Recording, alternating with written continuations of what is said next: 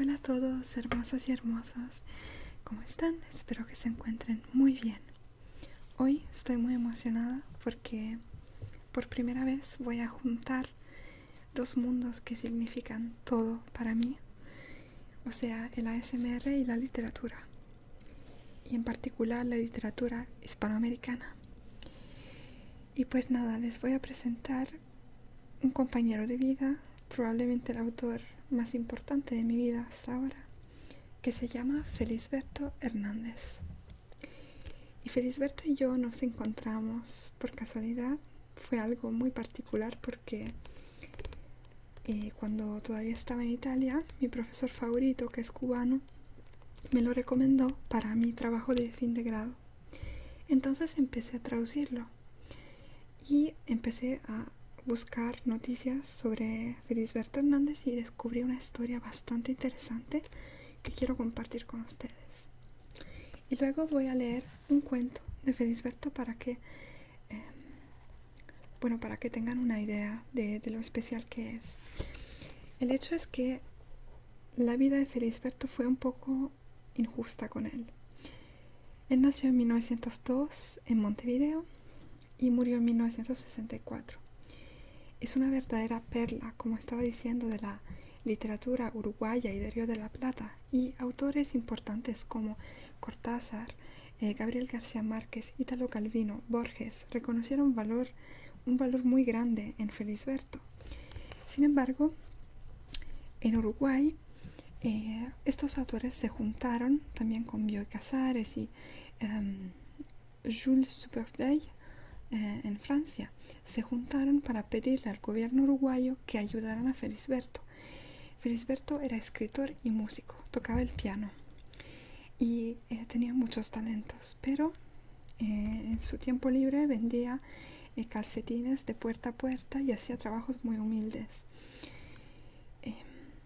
Entonces esos autores se juntaron para pedirle al gobierno uruguayo que ayudara a Felisberto para la difusión de sus libros, pero el gobierno uruguayo no hizo nada y por este motivo muy pocas personas conocen Felisberto Hernández hoy día. Y autores como Gabriel García Márquez, Italo Calvino dijeron que su literatura no habría sido la misma sin haber leído los cuentos de Felisberto. Y yo eso lo creo, porque Felisberto une una simplicidad suya propia, une también una fantasía increíble, une principios de psicología. Vi mucho Freud en Felisberto. Y al mismo tiempo tiene esos recursos tan especiales de autores como Kafka. Y no lo hace complicado, lo hace muy fácil. Y la simplicidad es un regalo del cielo. Así que lo quiero mucho y creo que la vida ha sido injusta con él porque nació pobre, trató de dar cuanto más podía a todos con su arte y murió pobre. Así que escribió muchísimo. Y este volumen me lo regaló mi hermano en ocasión de mi graduación porque estaba traduciendo, por supuesto, Felisberto Hernández. De hecho, si alguien quiere una traducción en italiano o en inglés, yo lo puedo hacer. If anybody wants a translation of this author in English or Italian, please contact me and I will provide you with a translation made by me. Se qualcuno è interessato alla traduzione di questo autore, mi incarico io di fare la traduzione e ve la mando. È un autore incredibile. Perdonen los idiomas diferentes, pero quería decirlo. Y pues nada, escribió mucho y este es el volumen 3, pero creo que son 4 volúmenes con las primeras invenciones, las últimas invenciones y aquí por ejemplo tengo Tierras de la Memoria, Diario del Sinvergüenza, que sin embargo es su cuerpo, al que él llamaba el sinvergüenza, porque también van a ver que Felisberto Hernández tiene una comicidad que yo solo encontré en Cervantes y muy pocos autores, porque también la comicidad, la capacidad de ser profundos pero de hacer reír es algo que pocos autores logran. Es un ejercicio literario muy muy alto, está más allá y yo no quiero decir cosas que no son verdad. Felisberto Hernández es algo que ya va más allá de todo lo literario que yo he podido leer. Y lo prefiero a autores mucho más grandes. Bueno, no sé ahora dónde estará Felisberto, en qué dimensión, pero espero que se alegre de que tanta gente por fin lo está mirando y lo está escuchando y está apreciando su literatura. Y espero que este video, aunque muy pequeño, pueda hacer la diferencia y que ustedes se animen, por ejemplo, a leer los cuentos de Felisberto, a escuchar su música, y de verdad, eso espero. Y háganme saber si les ha gustado este video. Bueno, la página 75 va a empezar nuestro cuento. Y ahora va a hablar Felisberto con mi voz. El cocodrilo. En una noche de otoño hacía calor húmedo y yo fui a una ciudad que me era casi desconocida. La poca luz de las calles estaba atenuada por la humedad y por algunas hojas de los árboles. Entré a un café que estaba cerca de una iglesia. Me senté a una mesa del fondo y pensé en mi vida. Yo sabía aislar las horas de felicidad y encerrarme en ellas. Primero robaba con los ojos cualquier cosa descuidada de la calle o del interior de las casas y después la llevaba a mi soledad. Gozaba tanto a repasarla que si la gente lo hubiera sabido me hubiera odiado. Tal vez no me quedará mucho tiempo de felicidad. Antes yo había cruzado por aquellas ciudades dando conciertos de piano. Las horas de dicha habían sido escasas, pues vivía en la angustia de reunir gentes que quisieran aprobar la realización de un concierto. Tenía que coordinarlos, influirlos mutuamente y tratar de encontrar algún hombre que fuera activo. Casi siempre eso era como luchar con borrachos lentos y distraídos. Cuando lograba atraer uno, el otro se me iba. Además, yo tenía que estudiar y escribirme artículos en los diarios.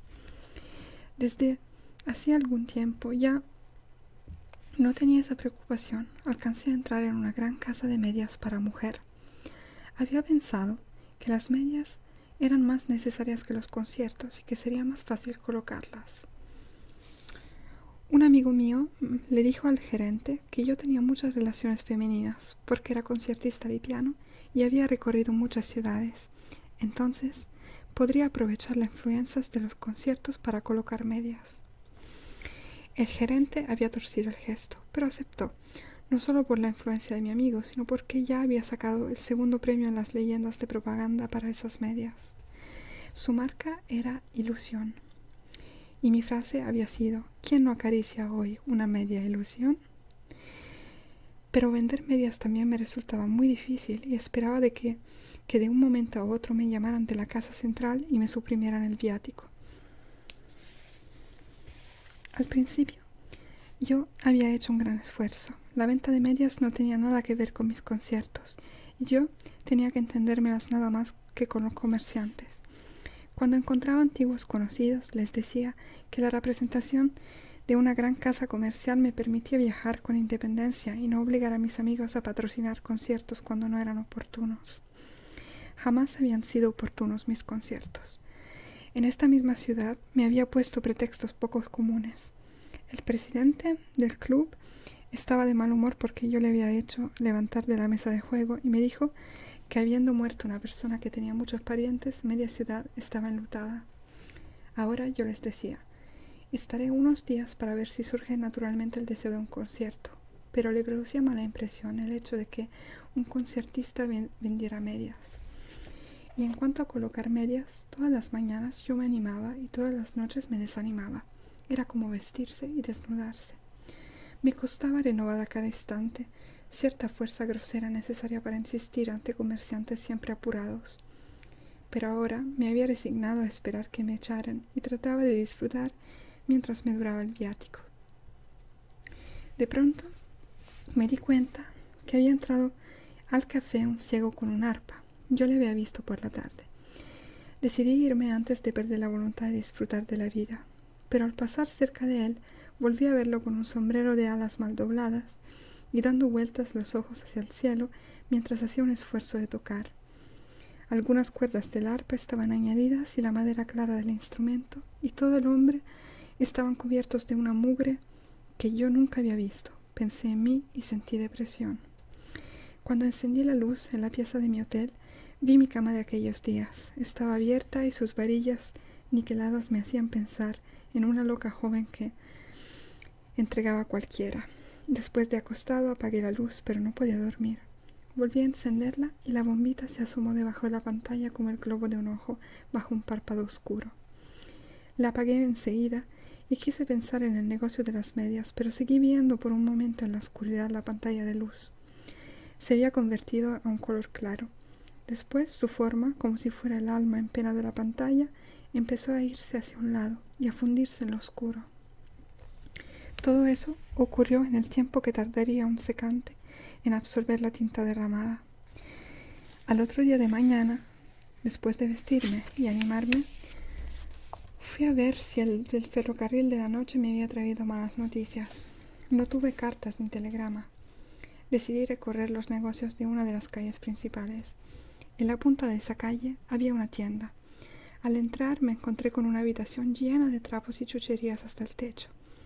Solo había un maniquí desnudo, una tela roja, que en vez de cabeza tenía una perilla negra.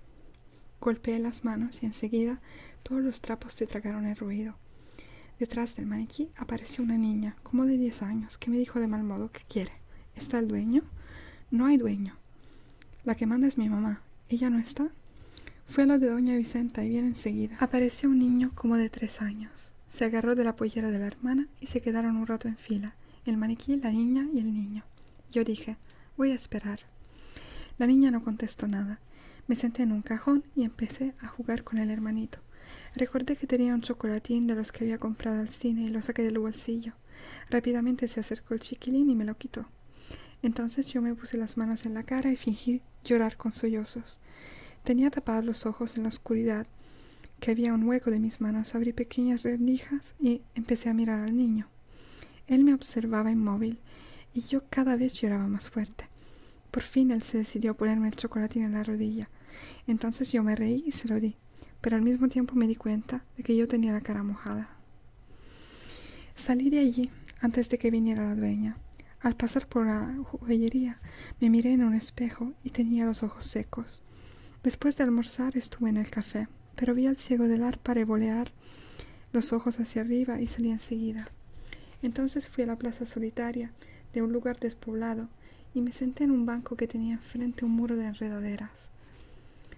Allí pensé en las lágrimas de la mañana. Estaba intrigado por el hecho de que me hubieran salido y quise estar solo como si me escondiera para hacer andar un juguete que sin querer había hecho funcionar hacía pocas horas.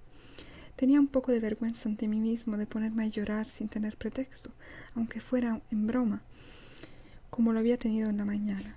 Arrugué la nariz y los ojos con un poco de timidez para ver si me salían las lágrimas, pero después pensé que no debería buscar el llanto como quien escurre un trapo. Tendría que entregarme el hecho con más sinceridad. Entonces me puse las manos en la cara. Aquella actitud tuvo algo de serio. Me conmoví inesperadamente. Sentí como cierta lástima de mí mismo y las lágrimas empezaron a salir. Hacía rato que yo estaba llorando cuando vi que de arriba del muro venían bajando 2 piernas de mujer con medias ilusión semibrillantes. Y enseguida noté una pollera verde que se confundía con la enredadera. Yo no había oído colocar la escalera. La mujer estaba en el último escalón y yo me sequé rápidamente las lágrimas, pero volví a poner la cabeza baja y como si estuviese pensativo. La mujer se acercó lentamente y se sentó a mi lado. Ella había bajado dándome la espalda y yo no sabía cómo era su cara. Por fin me dijo: ¿qué le pasa? Yo soy una persona en la que usted puede confiar. Transcurrieron unos instantes. Yo fruncí el entrecejo como para esconderme y seguir esperando. Nunca había hecho ese gesto y me temblaban las cejas. Después hice un movimiento con la mano como para empezar a hablar y todavía no se me había ocurrido qué podía decirle. Ella tomó de nuevo la palabra. Hable nomás. Yo he tenido hijos y sé lo que son penas. Yo ya me había imaginado una cara para aquella mujer y aquella pollera verde, pero cuando dijo de los hijos, a las penas me imaginé otra. Al mismo tiempo dije: Es necesario que piense un poco, ella contestó. En estos asuntos, cuanto más se piensa, es peor. De pronto sentí caer cerca de mí un trapo mojado, pero resultó ser una gran hoja de plátano cargada de humedad. Al poco rato, ella volvió a preguntar: «Dígame la verdad, ¿cómo es ella?». Al principio a mí me hizo gracia. Después me vino a la memoria una novia que yo había tenido. Cuando yo no la quería acompañar a caminar por la orilla del arroyo, donde ella se había paseado con el padre cuando él vivía, esa novia mía lloraba silenciosamente. Entonces, aunque yo estaba aburrido de ir siempre por el mismo lado, condescendía. Y pensando en esto, se me ocurrió decir a la mujer que ahora tenía al lado.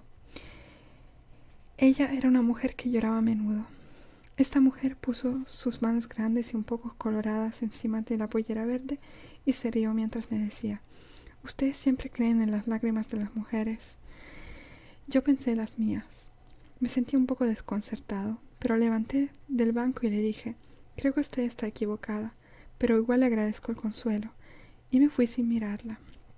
Al otro día, cuando ya estaba bastante adelantada a la mañana, entré a una de las tiendas más importantes.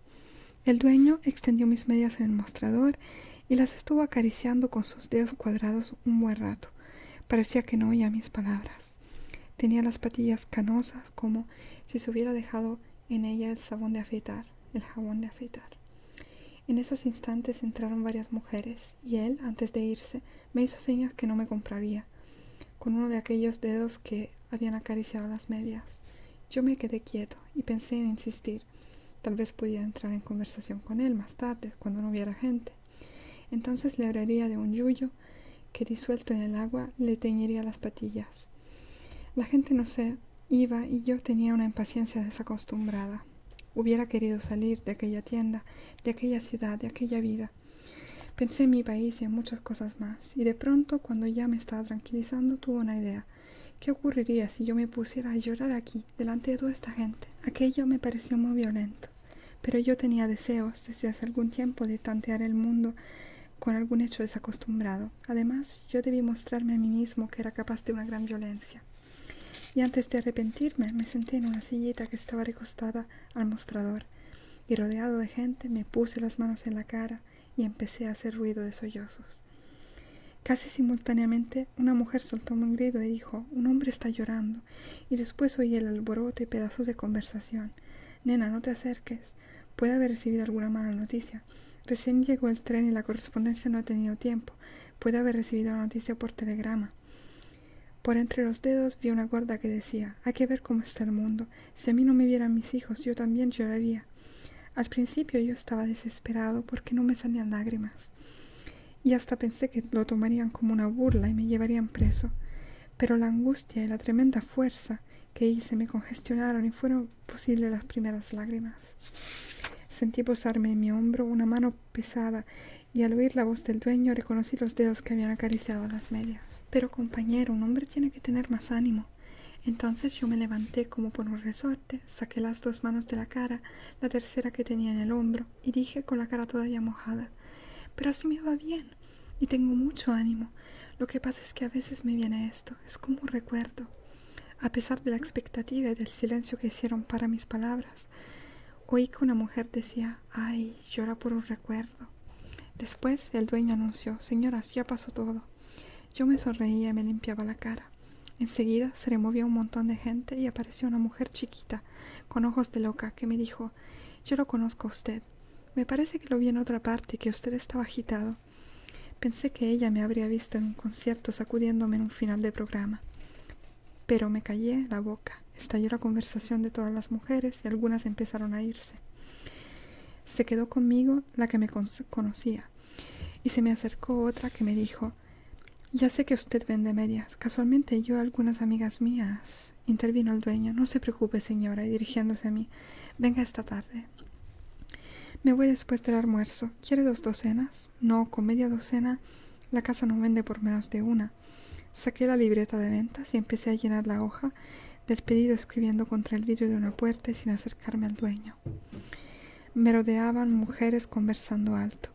Yo tenía miedo que el dueño se arrepintiera. Por fin firmó el pedido y yo salí entre las demás personas. Pronto se supo que a mí me venía aquello, que al principio era como un recuerdo. Yo lloré en otras tiendas y vendí más medias que de costumbre. Cuando ya había llorado en varias ciudades, mis ventas eran como las de cualquier otro vendedor. Una vez me llamaron de la casa central. Yo ya había llorado por todo el norte de aquel país. Esperaba turno para hablar con el gerente y oí desde la habitación próxima lo que decía otro corredor. Yo hago todo lo que puedo, pero no me voy a poner a llorar para que me compren. Y la voz enferma del gerente le respondió: hay que hacer cualquier cosa y también llorarles. El corredor interrumpió: pero a mí no me salen las lágrimas. Y después de un silencio el gerente: ¿cómo? ¿Y quién le ha dicho? Sí, hay uno que llora a chorros. La voz enferma empezó a reírse con un esfuerzo y haciendo intervalos de tos. Después oí chistidos y pasos que se alejaron. Al rato me llamaron e hicieron llorar ante el gerente, los jefes de sección y otros empleados. Al principio, cuando el gerente me hizo pasar, las cosas se aclararon. Él se reía dolorosamente y le salían lágrimas. Me pidió con muy buenas maneras una demostración, y apenas accedí, entraron unos cuantos empleados que estaban detrás de la puerta. Se hizo mucho alboroto y me pidieron que no llorara todavía. Detrás de una mampara oí decir: apúrate, que uno de los corredores va a llorar. ¿Y por qué? Yo qué sé. Yo estaba sentado al lado del gerente en su gran escritorio. Estaba llamando a uno de los dueños, pero él no podía venir. Los muchachos no se callaban y uno había gritado: ¿qué piensa la mamita? Así llora más pronto. Entonces yo le dije al gerente: cuando ellos hagan silencio, lloraré yo. Él, con su voz enferma, los amenazó y después de algunos instantes de relativo silencio, yo miré por una ventana a la copa de un árbol. Estábamos en un primer piso. Me puse las manos en la cara y traté de llorar. Tenía cierto disgusto. Siempre que yo había llorado, los demás ignoraban mis sentimientos, pero aquellas personas sabían que yo lloraría y eso me inhibía. Cuando por fin me salieron las lágrimas, saqué una mano de la cara para tomar el pañuelo y otra para que me viera la cara mojada. Unos se reían y otros se quedaban serios. Entonces yo sacudí la cara violentamente y se rieron todos. Pero enseguida hicieron silencio y empezaron a reírse. Yo me secaba las lágrimas mientras la voz enferma repetía: muy bien, muy bien. Tal vez todos estuvieran desilusionados, y yo me sentía como una botella vacía y chorreada. Quería reaccionar, tenía mal humor y ganas de ser malo. Entonces alcancé al gerente y le dije: no quisiera que ninguno de ellos utilizara el mismo procedimiento para la venta de medias, y desearía que la casa reconociera mi iniciativa y que me diera exclusividad por algún tiempo. Venga, mañana ya hablaremos de eso. Al otro día, el secretario ya había preparado el documento y leía: la casa se compromete a no utilizar y hacer respetar el sistema de propaganda consistente en llorar. Aquí los dos se rieron y el gerente dijo que aquello estaba mal. Mientras redactaban el documento, yo fui paseándome hasta el mostrador. Detrás de él había una muchacha que me habló mirándome a los ojos, que parecían pintados por dentro. Así que usted llora por gusto. ¿Es verdad? Entonces yo sé más que usted. Usted mismo no sabe que tiene una pena. Al principio yo me quedé pensativo y después le dije: mire, no es que yo sea de los más felices, pero sé arreglarme con mi desgracia y soy casi dichoso. Mientras me iba, el gerente me llamaba, alcancé a ver la mirada de ella. La había puesto encima de mí como si me hubiera dejado una mano en el hombro. Cuando reanudé las ventas, yo estaba en una pequeña ciudad. Era un día triste y yo no tenía ganas de llorar. Hubiera querido estar solo en mi pieza, oyendo la lluvia y pensando en el agua que se separaba de todo el mundo. Yo viajaba escondido detrás de una carreta con lágrimas, pero yo tenía la cara cansada. De pronto sentí que alguien se había acercado preguntándome: ¿qué le pasa? Entonces yo, como un empleado sorprendido sin trabajar, quise reanudar mi tarea y poniéndome las manos en la cara empecé a hacer los sollozos. Ese año yo lloré hasta diciembre. Dejé de llorar en enero y parte de febrero empecé a llorar de nuevo después de carnaval. Aquel descanso me hizo bien y volví a llorar con ganas. Mientras tanto, yo había extrañado el éxito de mis lágrimas y me había nacido como cierto orgullo de llorar. Eran muchos más los vendedores, pero un actor que representara algo sin previo aviso y convenciera al público con llantos. Aquel nuevo año Yo empecé a llorar por el oeste y llegué a una ciudad donde mis conciertos habían tenido éxito. La segunda vez que estuve allí, el público me había recibido con una ovación cariñosa y prolongada. Yo agradecía parado junto al piano y no me dejaban sentar para iniciar el concierto. Seguramente que ahora daría por lo menos una audición. Yo lloré allí por primera vez, en el hotel más lujoso. Fue a la hora del almuerzo en un día radiante. Ya había comido y tomado un café, cuando de codos en la mesa me cubrí la cara con las manos. A los pocos instantes se acercaron algunos amigos que yo ya había saludado. Los dejé parados algún tiempo y mientras tanto una pobre vieja, que no sé de dónde había salido, se sentó a mi mesa y yo la miraba por entre los dedos ya mojados.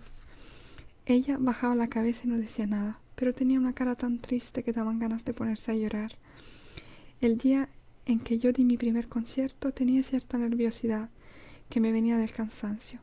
Estaba en la última obra de la primera parte del programa y tomé uno de los movimientos con demasiada velocidad.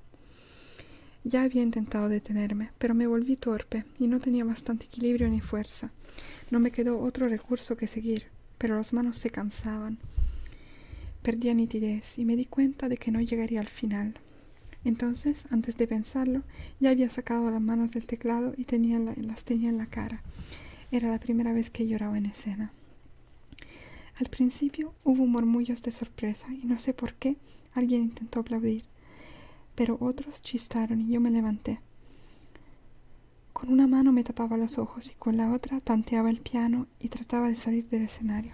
Algunas mujeres gritaron porque creyeron que me caería en la platea y ya iba a franquear la puerta del decorado cuando alguien desde el paraíso me gritó «¡Cocodrilo!». Oí risas, pero fui al camerín, me lavé la cara y aparecí enseguida. Y con las manos frescas terminé la primera parte. Al final vinieron a saludarme muchas personas y se comentó lo de cocodrilo. Yo les decía, a mí me parece que el que me gritó eso tiene razón. En realidad yo no sé por qué lloro. Me viene el llanto y no lo puedo remediar.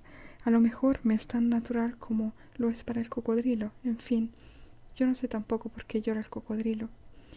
Una de las personas que me habían presentado tenía la cabeza alargada, y como se peinaba dejándose el pelo parado, la cabeza parecía pensar en un cepillo. Otro de la rueda lo señaló y me dijo, «Aquí el amigo es médico».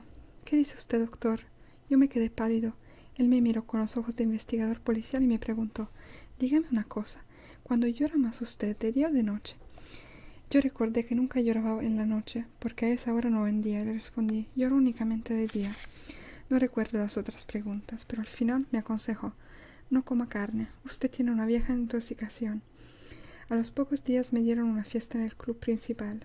Alquilé un frac con chaleco blanco impecable, y en el momento de mirarme al espejo pensaba, «No dirán que este cocodrilo no tiene la barriga blanca, caramba, creo que ese animal tiene papada como la mía». Y es voraz. Al llegar al club encontré poca gente, entonces me di cuenta que había llegado demasiado temprano. Vi a un señor de la comisión y le dije que deseaba trabajar un poco con el piano. De esa manera disimularía el madrugón. Cruzamos una cortina verde y me encontré en una gran sala vacía y preparada para el baile. Frente a la cortina y al otro extremo de la sala estaba el piano. Me acompañaron hasta allí el señor de la comisión y el conserje. Mientras abrían el piano, el señor tenía cejas negras y pelo blanco. Me decía que la fiesta tendría mucho éxito, que el director del liceo, amigo mío, diría un curso muy lindo, y que él ya lo había oído. Trató de recordar algunas frases, pero después decidió que sería mejor no decirme nada. Yo puse las manos en el piano y ellos se fueron. Mientras tocaba pensé, esta noche no lloraré. Quedaría muy feo. El director del liceo es capaz de desear que yo llore para demostrar el éxito de su discurso, pero yo no lloraré por nada del mundo.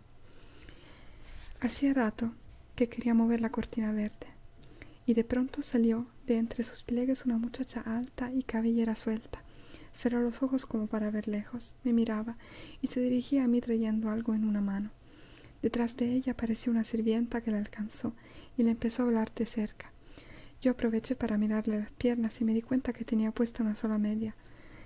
A cada instante hacía movimientos que indicaban el fin de la conversación, pero la sirvienta seguía hablándole, y las dos volvían al asunto como una golosina.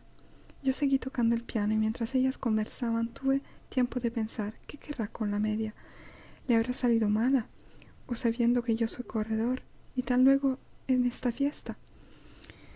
Por fin vino y me dijo, perdone señor, quisiera que me firmara una media. Al principio me reí y enseguida traté de hablarle como si ya me hubiera hecho este pedido otras veces.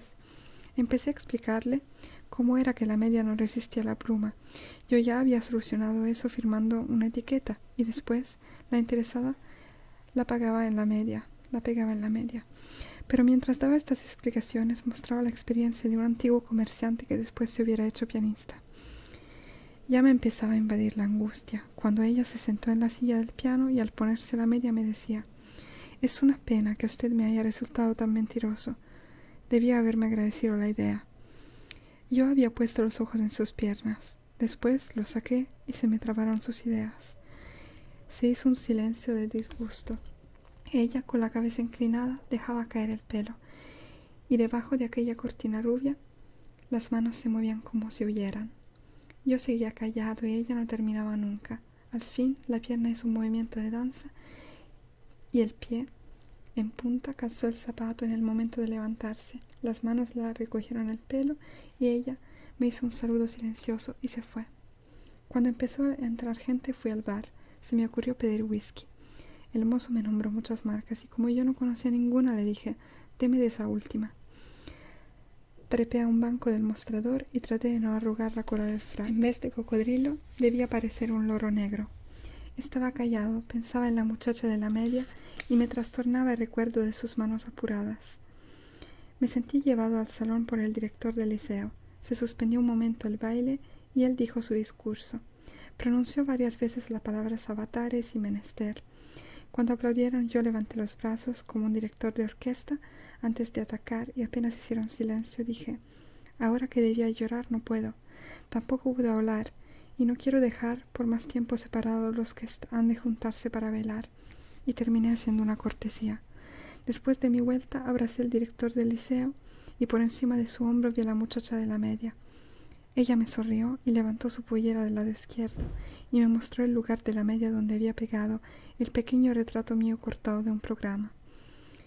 Yo me sonreí, lleno de energía, pero dije una idiotez que todo el mundo repitió. Muy bien, la pierna del corazón. Sin embargo, yo me sentí dichoso y fui al bar. Subí de nuevo al banco y el mozo me preguntó, «¿Whisky, caballo blanc?» Y yo, con el ademán de un mosquetero, sacando una espada, «¿Caballo blanco o loro negro?» Al poco rato vi un muchacho con una mano escondida en la espalda. «El pocho me dijo que usted no le hace mala impresión que le digan cocodrilo». «Es verdad, me gusta». Entonces él sacó la mano de la espalda y me mostró una caricatura. Era un gran cocodrilo muy parecido a mí. Tenía una pequeña mano en la boca, donde los dientes eran un teclado, y de la otra mano le colgaba una media.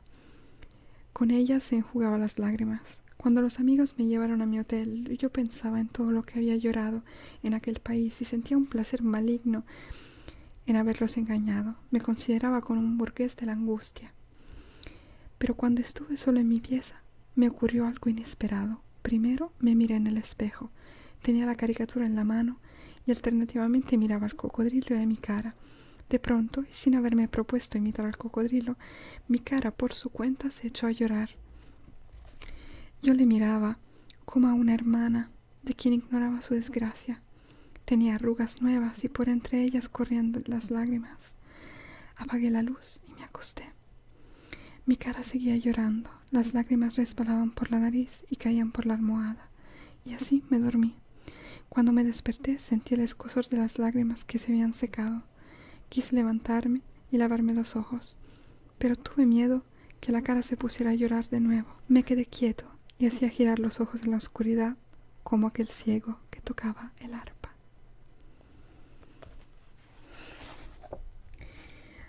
Bueno, ha sido un cuento bastante largo, pero muy interesante y divertido, pero también profunda. Ahora sí pueden ver lo que yo entendía al decir que tiene comicidad, tiene simplicidad y al mismo tiempo tiene una oscuridad y profundidad suya propia.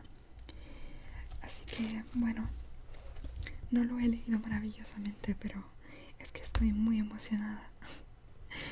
Espero que les haya gustado y que haya sido relajante.